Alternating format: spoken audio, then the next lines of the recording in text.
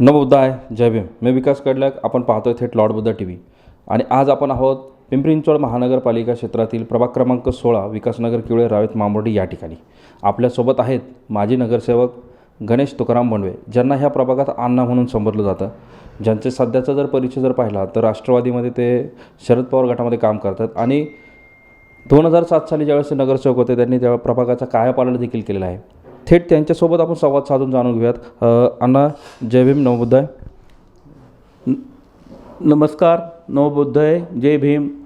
Lord T व्हीच्या माध्यमातून मी आज पिंपरी चिंचवड महानगरपालिकेच्या येऊ घातलेल्या विलक्षणमध्ये प्रभाग क्रमांक 16मध्ये मी एक उमेदवार म्हणून व माझी पत्नी सौ वृंदा गणेश बोंडवे म्हणून ओबीसी मतदारसंघातून या ठिकाणी निवडणुकी इच्छुक आहे. मी पवारसाहेबांचा एक राष्ट्रवादी काँग्रेस पक्षाचा कार्यकर्ता म्हणून या ठिकाणी तुम्हाला सांगतो की पिंपरी चिंचवड महानगरपालिकेच्या इतिहासामध्ये मी ज्यावेळेस 2007ला नगरसेवक झालो त्यावेळेस या भागाची परिस्थिती खूप वेगळी होती आणि रस्ते, पाणी, ड्रेनेज व्यवस्था काहीच नव्हती.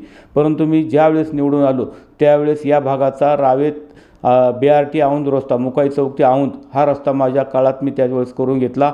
हँगिंग ब्रिजचा प्रश्न होता तोही सोडून घेतला. त्याचप्रमाणे मी पिंपरी चिंचवड प्राधिकरणाच्या माध्यमातून धर्मराज चौकाचा रेल्वे खालचा सबवे तोही त्यावेळेस मी मंजूर करून आज त्या ठिकाणी लोकवस्तीच्या ते लोक जातात त्या भागातील लोकांना, नागरिकांना चांगल्या प्रकारची सोडवणूक या ठिकाणी झाली. तसेच नॅशनल हायवेवर धर्मराज चौकामध्ये समीर मंगल कार्यालयाच्या इथे जो सबवे झाला आहे तोही माझ्या काळातील झालेला आहे. अनेक सुविधा या ठिकाणी मी करीत असताना या भागाची जाण ओळखून मी त्यावेळेस या ठिकाणी काम केलं. पिंपरी चिंचवड महानगरपालिकेच्या माध्यमातून प्राधिकरण असेल, नॅशनल हायवे असेल आणि MIDC असेल या 4 संस्थेच्या माध्यमातून काम करीत असताना मी अनेक प्रकारचे या ठिकाणी काम मंजूर करून घेऊन आपल्या रावेत, पुनवळे आणि प्रभागासाठी अनेक कामं करून घेतली. विशेषतः म्हणजे या भागामध्ये ड्रेनेजची व्यवस्था नव्हती, पण रावेत किवळे प्रभागात मी संपूर्ण ड्रेनेजची व्यवस्था करून घेतली आणि ती आज आपल्या सगळ्या नागरिकांना या ठिकाणी फायद्याची ठरलेली आहे. सर्वात महत्त्वाचा म्हणजे आपल्या भागातील आता प्रश्न आहे की तो गार्डनचा, पण त्यावेळेस मी प्राधिकरणाची 2 एकर जागा घेऊन 1 एकरवर मी गार्डन केलं. ते आज सुसज्ज गार्डन म्हणून आज प्राधिकरणाच्या 29 एकर मी ओळखलं जातं, ते माझ्या काळात झाले. त्याचप्रमाणे प्राधिकरणाची अजून 1 एकर जागा ताब्यात घेतलेली, तिचं भाजी मंडई होती, ती माझ्या काळात मी प्राधिकरणाकडून महापालिकेकडे वर्ग करून घेतली आणि आज तिथं लहान मुलांना आणि बाकीच्या ज्येष्ठ नागरिकांना या ठिकाणी चांगले कार्यक्रम घेता येतात.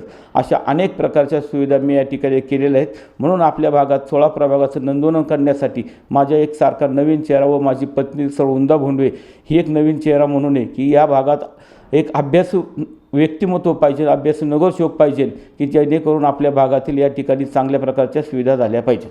अण्णा, तुम्ही 2012पर्यंत ह्या सगळ्या गोष्टी केल्या, मग 2012च्या नंतरच्या निवडणुकीच्या रिंगणामध्ये तुम्ही पॉज का घेतला होता की निवडणूक लढवली नाही, डायरेक्ट थेट थांबलात आणि एवढा मोठा बॅकलॉग झाल्यानंतर पुन्हा निवडणुकीच्या रिंगणात? बॅकलॉग म्हणता येणार नाही. मी आपल्या 16 प्रभागामधील किंवा अन्य भागातील लोकांची मी नेहमी सतत कामं करीत असतो. आपल्या 16 प्रभागामधील अनेक लोकांची मी या ठिकाणी ॲडमिशन केली. मी लोकांच्या नेहमी संपर्कात असतो आणि लोकांची कामं करीत असतो. मी प्रसिद्धी प्रमुख जरी नसेल, प्रसिद्धी जर करीत नसेल, पण मी लोकांच्या मनामनात आणि घराघरात जाऊन काम करणारा व्यक्ती आहे. मग अण्णा, थेट तुम्ही घराघरात लोकांच्या आहात, त्यामुळे निवडणुकीच्या रिंगणात आहात. सध्याची परिस्थिती जर पाहिली तर दोन्ही राष्ट्रवादी एकत्र झाल्यानंतर आपले उमेदवारी आणि आपल्या प्रतिस्पर्धी असणारे उमेदवार हे दोन्ही एकाच प्रभागातून, एकाच मतदारसंघातून आल्याने जो गोंधळ होणार आहे तो कशा पद्धतीने सोडवला जाईल असं तुम्हाला वाटतं? आता 16 प्रभागामध्ये जे दोन्ही राष्ट्रवादी एकत्र आले किंवा महाविकास आघाडी एकत्र आल्याच्या नंतर जो महाविकास आघाडी असेल किंवा दोन्ही राष्ट्रवादी जे पक्षप्रमुख निर्णय घेतील त्यासाठी मी संमती असेल. जो उमेदवार देईल किंवा माझी पत्नी दिली, मला तिकीट जर दिलं तरी आम्ही या प्रभागाचा विकास करण्यासाठी दोघंही सातत्याने प्रयत्न करीत राहील. सध्या तुम्ही जर पाहिलं की नागरिकांच्या भेटीगाठी घेताय, एकदम जवळून संवाद साधताय, प्रत्येक कॉलनी असेल, बिल्डिंग असेल, सोसायटी असेल, सगळीकडे तुम्ही जात आहे. काही नागरिकांचे छोटे छोटे प्रश्न आहेत, काहींचे मोठे प्रश्न आहेत. हे सगळे प्रश्न जाणवल्यानंतर तुमचा प्रभाग क्रमांक 16चा आता येणाऱ्या ज्या परिस्थितीनुसार पाहिलं, आपण आधुनिक काळामध्ये जर पाहिलं तर ह्या प्रभाग क्रमांक 16चा चेहरा मोहरा बदलण्यासाठी काही विजन आहे का? हे बघा, मतदारसंघामध्ये छोटे तर प्रश्न अनेक आहेत आणि मोठेही प्रश्न अनेक आहे. पण गेली 10 वर्षे सातत्याने मी जरी नगरसेवक नसलो तरी पण या प्रभागाच्या छोट्या छोट्या मोठी प्रश्न सोडवण्यासाठी मी अनेक ठिकाणी या ठिकाणी प्रयत्न केलेत. उदाहरणार्थ द्यायचं झालं तर आपला मुकाई चौकातील जो रस्ता आहे त्या ब्रिज बांधण्यासाठी मी अनेक दिवस त्या ठिकाणी प्रयत्न करतो आहे. की मी या सत्तेत आलो, नगरसेवक झालो की नक्कीच तो प्रश्न या ठिकाणी मार्गी लावेल. विषय सोडवण्यापेक्षा, विषय येण्यापेक्षा, लोकांच्या जनतेत जाण्यापेक्षा आपण जनतेत जाऊन लोकांची जर कामं केली तर लोकांकडून प्रश्न मिळाले तर आणि ती कामं करण्याची संधी आपल्याला मिळते आणि ती आपण सोडवण्यासाठी केली पाहिजे. अण्णा काय सांगाल, जर समजा उद्या तुमच्या पत्नी वृंदाताईंना जागा मिळाली तर तुमचं हेच सातत्य राहणार का? कारण नागरिकांची तुमची नाळ जोडलेली आहे आणि ताईंची देखील नाळ आहे, पण सातत्याने लोकांमध्ये तुमच्याबद्दलचा जो आदर आहे किंवा तुम्ही लोकांमध्ये जात आहे, सर्वांना असं वाटतं की पुन्हा एकदा गणेश भोंडवे जर प्रभागामध्ये निवडून आले तर कायापालट नक्की होईल. पण जर समजा ताईंना तिकीट दिलं तर तुमच्या कामाचा जो रोप आहे तो चढता आलेख असाच राहील की डाऊन होईल? हे पक्षाने निर्णय घेईल त्याप्रमाणे तो निर्णय योग्य असेल. परंतु माझी पत्नी जरी महापालिकेत गेली तरी मी त्या पत्नीचा नगरसेवकाचा वापर करण्यासाठी मी तिथे जाणार नाही. पण मी जनतेची कामं करण्यासाठी, या भागातल्या लोकांची कामं करण्यासाठी प्रभागात जाऊन बसून कामं करून घेण्यास मी या ठिकाणी अग्रगण्य असेल. मुळात कसं असतं की महापालिकेत जायचं आणि नगरसेवक म्हणून काम करायचं ही वृत्ती माझ्याकडे नाही.